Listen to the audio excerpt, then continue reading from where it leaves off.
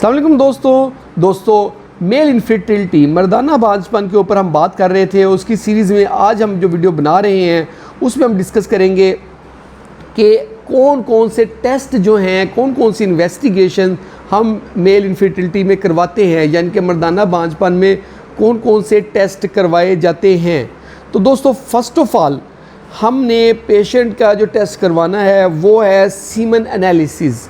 Semen analysis हमने patient का करवाना होता है सोबत से 3 से 5 दिन के वक्फे से, या 3 दिन या 4 दिन या 5 दिन का वक्फा हो, और जो है ना इतने वक्फे के साथ हम पेशेंट का सीमन एनालिसिस करवाते हैं और उसमें हम देखते हैं कि क्या रिज़ल्ट आया है।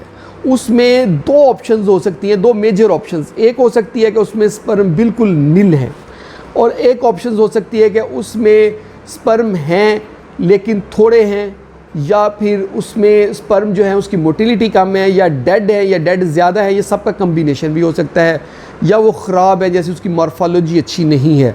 ये सारी चीज़ें होती हैं। तो ये 2 अलग-अलग कैटेगरी हो जाती हैं। अगर स्पर्म नील है बिल्कुल तो वो हम एज़ोस्पर्मिया लेबल कर देते हैं। अगर तादाद कम है तो उसको हम ओलिगोस्पर्मिया कहते हैं। तो ये 2 कैटेगरीज़ को हम अलग-अलग फिर फर्दर इन्वेस्टिगेट करते हैं। अगर तादाद कम है तो हम पेशेंट का जो टेस्टिस का एग्ज़ाम करते हैं।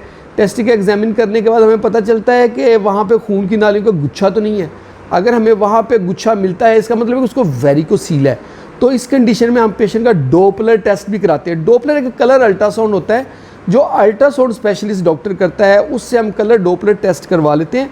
उससे हमें पता चलता है कि इसकी जो खून की नालियों का गुच्छा है वो कितना ज़्यादा फूला हुआ है, उस किस ग्रेड में है, कितने ज़्यादा उसमें फुलाव आया है। अगर थोड़ा सा फूला है तो ग्रेड 1 है, ज़्यादा फूला है तो ग्रेड 2 है, और ग्रेड 3 में बहुत ज़्यादा फुलाव होता है वेन के अंदर। तो ये वेरिकोसील है, इसमें डोपलर टेस्ट हमने करवा लिया। और अगर सीमन टेस्ट हम करवाते हैं उसमें स्पर्म काउंट नील आती है या काउंट बहुत कम आती है, तो इस कंडीशन में हम पेशेंट का FSH लेवल करवाते हैं। FSH ये पिट्यूटरी ग्लैंड का हार्मोन होता है जो ब्रेन के नीचे पेंदे वाले हिस्से में होता है। ये आप ऐसे कह लेंगे जैसे हमारा माथा और ये पीछे कनपट्टी के बिल्कुल सेंटर वाली जो जगह होती है, और हमारा जो हलक है उससे ऊपर वाली जगह में, बिल्कुल सर का अगर हम लें तो सेंटर दरमियान वाली जगह पे वहाँ पे ये होता है। और यहाँ से हम इसको जो है ना हम करवाते हैं FSH टेस्ट करवाते हैं ब्लड में से, और उससे में अगर FSH कम हो तो इसका मतलब है कि FSH कम होने की वजह से ये प्रॉब्लम है। हम FSH को बढ़ाने के लिए मेडिसिन देते हैं तो स्पर्म के बेहतर होने के चांस हो जाते हैं। इसके अलावा हम जो टेस्ट करवाते, अगर FSH ज़्यादा हो इसका मतलब है कि प्रॉब्लम इस पिट्यूटरी के लेवल पे नहीं है, प्रॉब्लम नीचे टेस्टिस के लेवल पे कि टेस्टिस खुद ही स्पर्म नहीं बना रहे।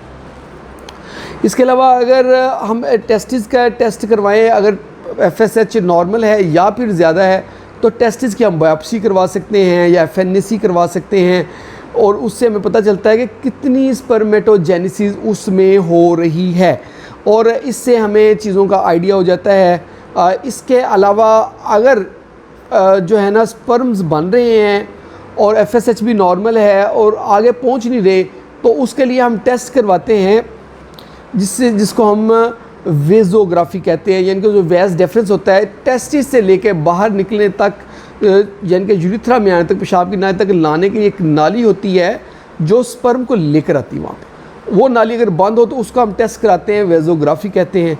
ये सारे टेस्ट, ये सारी इन्वेस्टिगेशंस हम करवाते हैं ताकि हम पहुँच सकें उस तह पे कि क्या वजह है कि जिसकी वजह से पेशेंट को इनफर्टिलिटी हो रही है। तो ये सारी इन्वेस्टिगेशंस थी बेसिक। इसके अलावा और भी बहुत सी इन्वेस्टिगेशन होती हैं, जैसे एक होता है कि कई दफ़ा सब कुछ नॉर्मल होता है, पेशेंट का स्पर्म नील होते हैं, या फिर मोटिलिटी बिल्कुल नहीं होती लेकिन टेस्टिस भी ठीक हैं, हर चीज़ ठीक है। तो उसमें हम जो है ना एंटीस्पर्म एंटीबॉडीज़ टेस्ट करवाते हैं, उससे भी हमें क्लू मिलता है। कई दफ़ा एंटीस्पर्म एंटीबॉडीज़ की वजह से ये प्रॉब्लम आ रही होती है। ये सारी इन्वेस्टिगेशंस हैं जो बेसिक हम करवाते हैं, वो हमने डिस्कस कर ली हैं। होप आप लोगों को वीडियो पसंद आई होगी। अगर वीडियो पसंद है तो इसको लाइक कर दें और उसको शेयर करें अपने दोस्तों के साथ जो हेल्थ से रिलेटेड वीडियो देखना चाहते हैं, और हमारे चैनल को जल्दी से सब्सक्राइब कर दें ताकि आपको इस तरह की अच्छी अच्छी वीडियोज़ मिलती रहें। बहुत बहुत शुक्रिया।